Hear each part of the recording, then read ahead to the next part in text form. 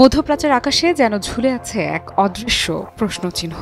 Iran কি আবারও নতুন এক সর্বাত্মক যুদ্ধে জড়িয়ে পড়তে যাচ্ছে? ইসরায়েল আর যুক্তরাষ্ট্রের হঠাৎ শুরু করা হামলা, তেহরানের ভয়াবহ ক্ষয়ক্ষতি আর তার পরপরই ইরানের পাল্টা আঘাত, সব মিলিয়ে এক ভয়ঙ্কর অনিশ্চয়তা তৈরি করেছে।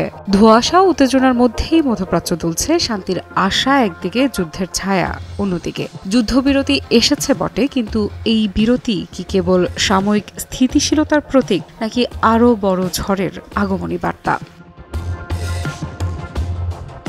ঠিক এই সময়ে দেশের সর্বোচ্চ নেতা আয়াতুল্লাহ আলী খামেনির কণ্ঠে উঠে আসে এক স্পষ্ট বার্তা। ইরানকে অচল অবস্থায় রাখতে দেয়া যাবে না। তিনি জানালেন, এই সংকটই দেশের জন্য নতুন সুযোগের দ্বার খুলতে পারে। এখন আমাদের দৃঢ় সংকল্প, অটল মনোবল এবং অক্লান্ত পরিশ্রমের মাধ্যমে এগিয়ে যেতে হবে। শুধুমাত্র প্রস্তুতি, দৃঢ়তা আর দেশের শক্তিকে কাজে লাগিয়ে আমরা শত্রুর পরিকল্পনা ভেঙে দিতে পারি। তিনি আরো জোর দিয়ে বলেন, দেশের অর্থনীতি শক্তিশালী করতে হবে, জনগণের জীবন মান উন্নত করতে হবে এবং দেশের সম্ভাবনাকে কাজে লাগাতে হবে। এই সংকট মুহূর্তই হচ্ছে সুযোগের ঘড়ি, যা কাজে লাগালে মধ্যপ্রাচ্যে ইরানের অবস্থান শুধু শক্তিশালী হবে না, বরং নতুন রাজনৈতিক ও অর্থনৈতিক সম্ভাবনার দ্বারও খুলে যাবে।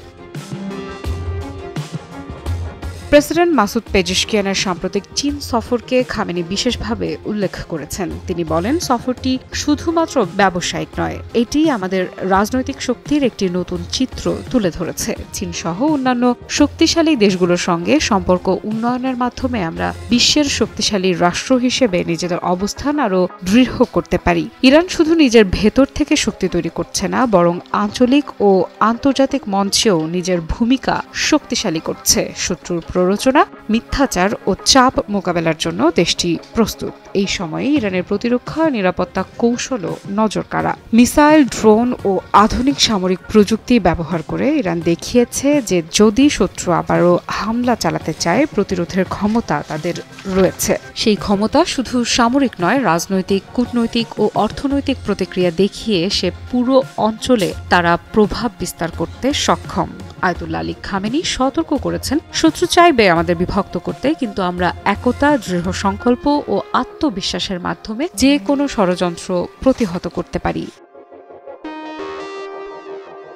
গাজার প্রসঙ্গেও তিনি সরাসরি নীতি ঘোষণা করেছেন। ইসরায়েলের চলমান আগ্রাসনের বিরুদ্ধে মুসলিম দেশগুলোকে দেশটির সঙ্গে সব ধরনের বাণিজ্যিক ও রাজনৈতিকভাবে সম্পূর্ণ বিচ্ছিন্ন করার আহ্বান জানিয়েছেন খামেনি। এই বার্তা শুধু মধ্যপ্রাচ্যের জন্য নয়, গোটা ইসলামী বিশ্বের জন্য। খামেনি আরও বলেন, সময়ের মূল্য বুঝে কাজ করতে হবে। অপ্রয়োজনীয় ও তুচ্ছ কাজে সময় নষ্ট করলে দেশের সমস্যা দূর হবে না। সঠিক অগ্রাধিকার, দেশের ভেতর থেকে শক্তি ও সম্ভাবনা কাজে লাগানোই হলো জাতীয় দায়িত্ব। ওদের স্বপ্ন পূরণে পাশে থাকতে পেরে আমরা গর্বিত। ইরান ইতোমধ্যেই দেখিয়েছে যে শুধু প্রতিরোধ নয়, আক্রমণাত্মক ও কৌশলগত পদক্ষেপ নিয়েও শত্রুকে বিপদে ফেলতে সক্ষম।